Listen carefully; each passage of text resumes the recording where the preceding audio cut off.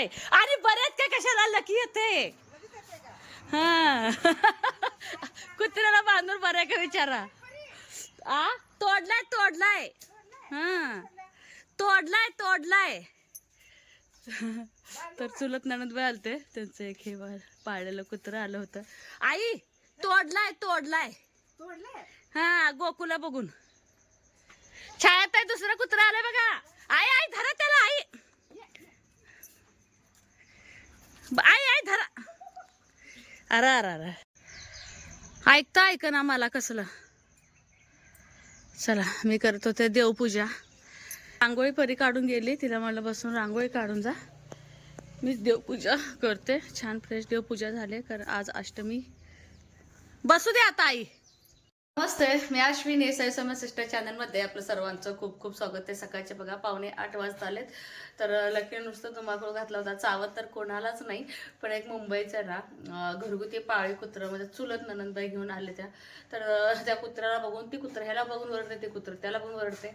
आणि मी आलते तुळशीला पाणी घालायला. इतकी म्हणजे जुगलबंदी लागली ना, काय सांगू. त्यातच आमचा वेळ गेला. आणि आज अष्टमी आहे. यात्रेतला मेन दिवस आहे आजचा. तर आज ना सिद्धनाथ आणि जोगेश्वरी देवीचा विवाह सोहळा असतो. संध्याकाळच्या 5:30-6च्या दरम्यान असतं. खूप मोठा विवाह सोहळा असतो. सगळे येतात अक्षता टाकायला. आणि ह्या 9-10 दिवसामध्ये जसं तेल लागलेले दिवस होते ना, त्या दिवसामध्ये नारळ वगैरे काय देवळात फोडायचं नव्हतं. आज नारळ वगैरे फोडतात. प्रत्येकांच्या वाड्यात प्रत्येकांचा नैवेद्य जातो.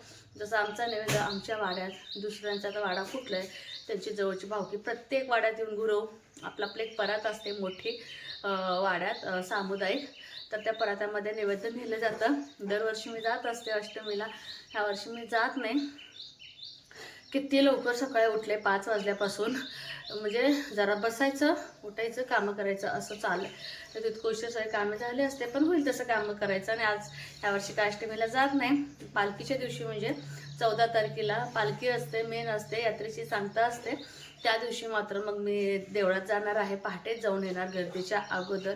दिवसा पण होणार नाही. आणि रात्री पालखी सोहळा असतं, त्या दिवशी पण मला रात्री जाता येणार नाही. तटातटीन गर्दी जाणं नकोच, घरच्या घरी चालायचं होत नाही. तर मस्त आज अष्टमी. तर पोरींना वाटतं तर सुट्टी असावं. मी म्हटलं तुम्हाला सुट्टी असून तुम्ही का पुरणपोळ्या करणार आहे का. तर मी आईला बोलले सकाळी थोडीशी तयारी करू, म्हणजे आपल्याला सोपंच आहे. जसं की मी इथं कणिक, कुकर आणि रोजची भाजी वगैरे बनवेपर्यंत डाळ पण शिजल चुलीवरती. आईने चुलीला पोतळं पण देऊन ना पातेल्याला माती वगैरे लावून घेतलेत. डाळ वगैरे दिलं आईंना.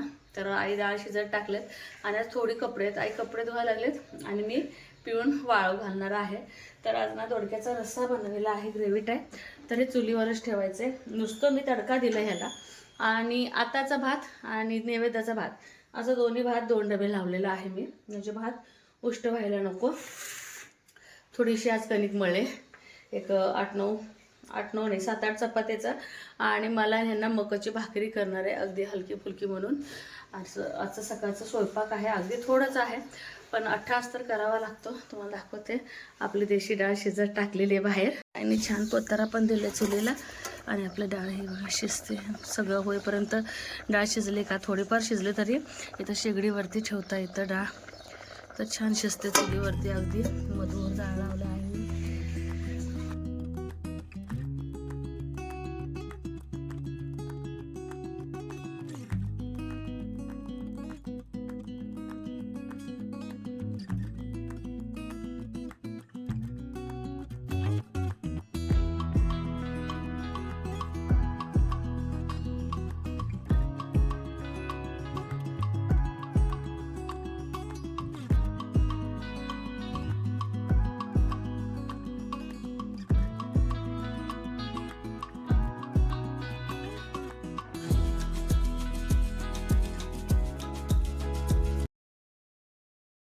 झाला पूर्ण. आणि कटाच्या आमटीला येळवणी काढायचं चालू आहे. गुळ फोडणार. आणि आमटीसाठी ओलं खोबरं ह्यांच्याकडून घेतलं काढून सकाळीच.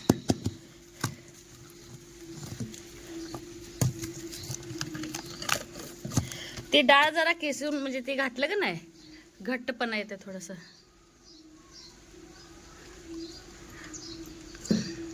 नाही आता हे पाणी घालते. आता ती डाळ टाका मला आणि द्या. ह्यात जरा मी हे करणार आहे. घट्टमुट निघाले चांगली चुलीवरचे. हा एवढी नको थोडी द्या. हा बस झालं. हा नाही का भरून आमटी करायची. होय होय.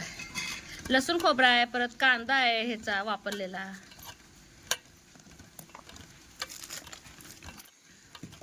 कालचा गुळ जरा आहे बघा फोडलेला. तर चला हे चांगला आहे. चांगला आहे ना. पांढरा आहे ना.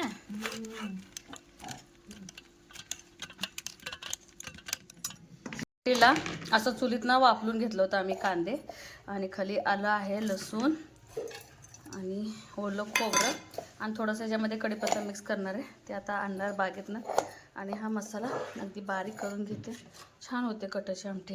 करण्यापेक्षा कटाची आमटी आहे का आताच त्याचा मसाला तयार करून बाहेर नेते. जसं की तुम्हाला सांगितलं आहे काय काय घातलं आहे. तर तेल, जिरे, मोहरी, भरपूर असं कढीपत्ता आणि आपला मसाला, थोडंसं गरम मसाला आणि लाल तिखट, काळा तिखट. त्याला छान शिजून बाहेर करते. म्हणजे मला पुरण वाटायला बरं पडते. आणि थोडंसं पाणी वतून ना हा मसाला आणखीन छान शिजून द्यायचा. म्हणजे टेस्ट खूप छान लागते. शिजलं ना मग काढा आई. ह्या तडका दिलेला ह्या पातेल्यात काढूया. मी पुरण वाटून घेते. ही आमटी परत ठेवूया. चुलीवरची काम इतकी फास्ट होतात ना, खूप फास्ट. एवढंच की फक्त आत बाहेर करायला लागतं. तर दूध ठेवा म्हटलं आहे ना पुरण वाटूस. तर आणखीन कणिक मळायचे सोजीच्या पिठाची. दाखवते तुम्हाला मी पीठ ते आई काढताना. ते ना जसं शेवायला सोजी काढतो तसं सोजी काढलेलं. हे रवा पण घ्यायचं काय? रवा घ्यायचा असतंय का ह्याच्यामध्ये? रवा आणि मैदा त्यांचं चालू द्या. त्यांना म्हणलं मला तुमचं ते मला नाही येत सोजी काढायला. पुरण वाटलेलं बरं. आवरून घेतलं. लागलीच कपडे पण सगळे धुतलेली काढली. ऊन खूप आहे. बाहेर आहे का? आणि भेंडी बिंडी घासली दोघांनी. म्हटलं आता पुरण. बाबा बाबा तवा पोळा लागला. एवढं ऊन आई जागा पोळा लागले. तव्याला हात लावा की. ह्याला हात लावा. चटका एवढं ऊन आहे. आणि फक्त आता भजी पापडी राहिले. भजीचं मौन एका बाजूला ठेवलं झाकायचं आहे. आणि शेगडीवरती आमटी उकळून थोडीशी उतू गेली. आणि गरम गरम आईने कणिक पण चेचले. हे बघा मी लाटून देणार आहे. आई भरून देणार आहे. आणि आपलं पुरण इथं. हा काय देऊ आई? इथला घ्यायचा तो नको. हे फुटतेच पोळी. हे बरा पहिला नैवेद्याचा लाटू काय? चुलीवर झालं असतं पण उन्हात काय एवढं नडले वाटते.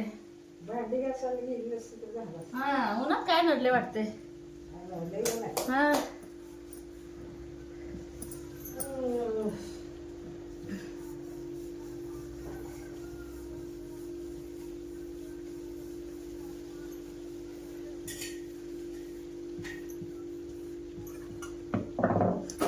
एवढ्या व्हायला पाहिजे हो आई. एवढ्या व्हायला पाहिजे असं उंडा धरा. मग बारीक करते. ही मोठा आहे. आपण घरात करतोय तेवढं लय मोठा होता ह्यो.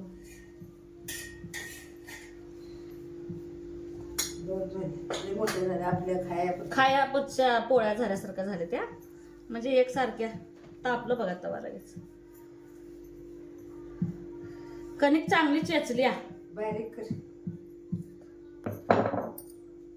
तेल घातलंय ना.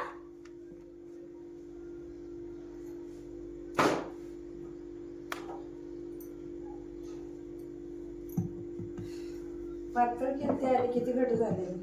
मग ते रवा असतोय ना त्यात. रवा मैदा, घरचा रवा मैदा.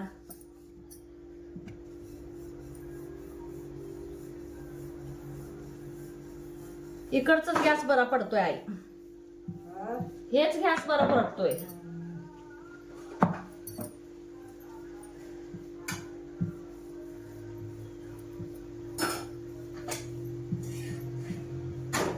रेडिओ चालू गावात त्यामुळे छान वाटायला लागले. सकाळपासून रेडिओ बंद नाही, चालूच आहे. मस्त असं पिठाच्या पोळ्या आणि इकडे छान फुलायला पण लागलेत. एक नंबर. मस्त गॅस बरा पडतोय ना. इतकं छान पुरणपोळ्या व्हायल्यात ना मस्त सोजीच्या. आईंची मेहनत खूप आहे ह्याच्या मागे. आणि इथं माझे पडले शिल्लक, म्हटलं उभ्या उभ्यानंच करूया दोघं. चला. हा, पालखी दिवशीच रुटीन चेकअप आहे. सकाळ लवकर उठून पोळ्या करून जावं लागणार आहे. काढाई. चला पटापट पोळ्या करून घेतो. तर नैवेद्याच्या पोळ्या वगैरे सगळं आमचं करून झालं होतं. त्यावेळेस ताई आल्या, तर खूप नाही तर एक 5-6 पुरणपोळ्या राहिल्या होत्या. म्हटलं आता आई तुम्ही बसा. तर पुरणपोळी झाल्या आणि नैवेद्य भरायचं म्हणून ना आईनं बोलली की ज्या छान छान पोळ्या आहेत त्या एक साईडच्या ते एका बाजूला ठेवा, परातीत पाणी घालून आपण व्यवस्थित रॅप करून ठेवू, म्हणजे मुंग्या वगैरे होणार नाही. तर 10 मोठ्या पोळ्या, 5 गाव निवदाच्या पुरणपोळ्या. मऊ आहेत ना आई? मऊ मऊ राहिलेत ना? मऊ मऊ राहिलेत ना? हा हाय असं. त्या बारक्यावर ठेवायचंय का भात? ही 2 ताईबाईला. हा. ताईबाईला आणि ही जावदेवा. हा. आणि ह्या 10.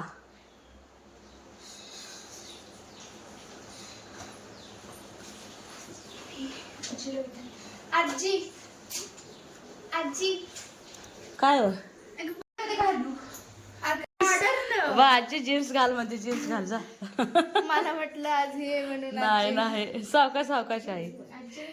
होय, आजी जीन्स पॅन्ट घाल म्हणते. ते धोतरच कापड पण द्यायचं आहे. बसा बसा, तुम्हाला मॉडर्न आजी आहे तुझी. आणि घरच्या पुरणपोळ्या इथं वेगळ्या, काही चपात्या. मॉडर्न आजी गाव नैवेद्य म्हणे. ही जावदेवाचं आहे आणि ही ताईबाईचं. मी नैवेद्य घेऊन चाललोय गावात. आले का? श्री सिद्धनाथ यात्रेस येणाऱ्या सर्व भाविक भक्तांचे सहर्ष स्वागत.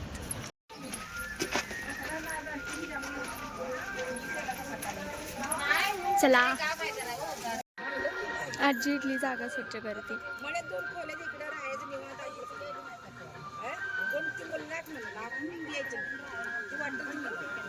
आजी आजी राहू दे.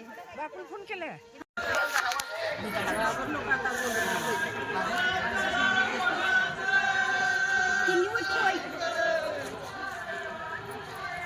नैवेद्य आलो. प्रत्येकाच्या घरातला नैवेद्य. तर आधी ना वाडे असायचे आणि त्या वाड्यामध्ये छोटे छोटे आकणं असायची. त्या आकण्यामध्ये प्रत्येकांची घरं असायची. आता कसं, आता ह्या वाड्यामध्ये कोणीही सुद्धा राहत नाही, फक्त त्याचे अवशेष राहिलेले आहेत. पण पूर्वीपासून जी प्रथा आहे, ज्या ठिकाणी नैवेद्य भरला जात असेल, तुम्ही तिथं राहा अगर न राहा, पण तुम्ही पुण्या मुंबईला जरी असेल तर नैवेद्य करायला गावाकडे यावंच लागतं. आणि पूर्वी आई बोलतात की अशी बायका वगैरे आम्ही येत नव्हतो, पण आता बायका सगळ्या यायला लागले. तर पहिलं पुरुष मंडळीच येत होते. तर बघू शकता, असं फिलिंग येते की पहिला आम्ही इथं कसं राहत असेल आणि कसं नाही. पण छान वाटते बरं का. त्या निमित्ताने ना जुन्या घरी म्हणजे जुन्या वाड्यात जागेवर का होणार जाऊन बसायला मिळते. आणि प्रत्येक बायका दिवसभर राबून, जसं की आता तुम्हाला माहिती आहे गरमी किती आहे. पुरणपोळ्या आणि निवदाच्या तुम्हाला माहिती आहे, आता मी सांगितले सकाळी 15 पुरणपोळ्या लागते. तर ते सगळं घेऊन यायचं. आणि जे मानाचं पुरणपोळी आहे का, त्यांचं आल्याशिवाय आमच्या पुरणपोळी भरल्या जात नाहीत, म्हणजे परातच उचलली जात नाही. त्यासाठी खास एक परातच आणलेली आहे. तर चांगली पितळेची परात गेल्या वर्षी बनवून घेतलेली आहे. ज्याच्या त्याच्या वाड्यानुसार प्रत्येकजण आपापल्या तिथल्या गुरुवाजवळ परातीत नैवेद्य भरला जातो. मानाचा जो नैवेद्य आले ना त्याच्यावरती जे जे आपले पुरणपोळीचा नैवेद्य आहे का 15-15 पोळीचा असं शीग लावायचा. आता तुम्ही म्हणसाल ह्या पोळ्या आता कुठे नेत असतील वाजत गाजत, तर ह्या पुरणपोळ्या आधी सिद्धनाथाला म्हणजे नाथबाबाला. तर एका ताईची कमेंट होती, जोगेश्वरीचा विवाह तर भैरवनाथाशी झालेला आहे, ताई तू सिद्धनाथाशी कसं म्हणते? भैरवनाथाला सिद्धनाथ म्हणतात आणि सिद्धनाथालाच भैरवनाथ म्हणतात. तर इथं बघा आपापल्या पुरणपोळ्या ठेवायच्या चालेल. बायका काय करतात, जेव्हा ते पुरणपोळी ना सोनारशीत आणि आमच्या सिद्धनाथाला जातं ना, परत ते महागार येतं. त्यातलं गोरव मला वाटतं 2-3 पोळ्या काढतात. परत आहे अशा पोळ्या आहेत ना आपण घरी आणतोय. तर कोण ना हळद कुंकू लावून खानाखुणा करतं, तर कुणाच्या कुरड्या पापड्या पद्धत म्हणजे प्रत्येकाच्या वेगवेगळ्या असतात. जसं की काहीतरी काय खानाखुणा असतात त्या पद्धतीने ना ठेवतात. तर इकडं आपल्यात आई ठेवायला लागलेलं आहे. तर आईचं बघून आता आम्हाला पण शिकायचं आहे साऱ्या गोष्टी. तर लहान मुलांना बघायला इतकं मजा येते, इतकी छान वाटते ना ह्या गोष्टी. अजून रूढी परंपरा जिवंत आहेत, हे एक मनाला चांगलं वाटते बरं का. आणि त्या निमित्तानं गावात जे शहरात कामानिमित्त राहायला गेलेले आहेत का, 5 दिवस का होईना यात्रेसाठी येतात. 5 दिवस इतके धामधुमीचे दिवस जातात ना आमचे. कसे दिवस जातात अजिबात कळत नाही. कारण की बघा, ह्याचा मित्र त्याचा मित्र लहानपणापासून म्हणजे थोडेसे खेळलेले बागडलेले, त्यांचं पूर्ण बालपण गेलेलं असतं आणि नोकरीनिमित्त बाहेर गेलेलं असतात. तर हे 5 दिवस ना मग मित्रांशी गप्पा मारणे, खाणं पिणं, ज्याची नवसाची बोकडं वगैरे असतात, ज्याचं काहीतरी काही कार्यक्रम असतं, त्या निमित्तानं भेटत असतात. तर आपले हे वाड्यातले सगळे पुरुष मंडळी आहेत, नैवेद्य भरताना इथं थांबतात. आणि तिकडं मंदिराकडे बघा ह्याचं अक्षतेची सोडायची तयारी असते. जे दुरून लोक आलेले असतात ना, ते जागा वगैरे धरून ठेवतात. खूप लांब लांबून लोक येतात. आणि आज मला ना मी पण ह्या गोष्टीला मिस केले. सईपरी घरी आल्यानंतर मला म्हणत होते की आई, तुला प्रत्येक जण विचारत होते की आई का आलं नाही, आई का आलं नाही. पण प्रत्येकाला माहिती आहे माझा प्रॉब्लेम, पण त्यांना पण थोडंसं बघावं असं वाटतंय. काही म्हणाले वाटतं आईला सेपरेट बघायला येते, तर काही ना वाईट वाटलं. तर सगळ्या माझ्या सख्या चुलत जावा वगैरे आहेत, त्याही पुण्यावरनं खास ना अष्टमीसाठी म्हणजे नैवेद्य ठेवण्यासाठी आलेले आहेत. तर प्रत्येकाचे नैवेद्य भरले का नाथबाबाचं चांग भलं म्हणून इतक्या मोठ्या पोळ्या असतात प्रत्येकांच्या. आणि तुम्हाला सांगते इतकं ओझं असतं ना, ते गुरु काका कसं धरतात, त्यांना खरंच सल्यूट आहे बाबा. ते म्हणतात की देवाची करणी असते आणि सध्या बळ दिलेलं असतं हे ओझं उचलायला.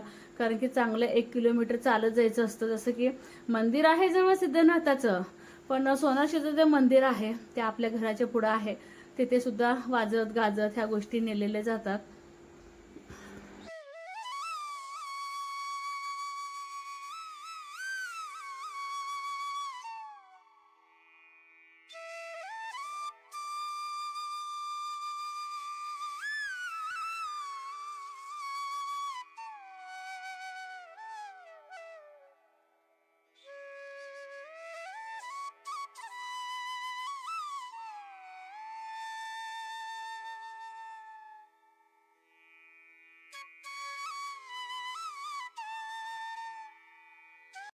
दर्शनासाठी लाईन लावली, आपापल्या जागा पकडते अक्षदासाठी सगळे. गर्दी तर असणारच.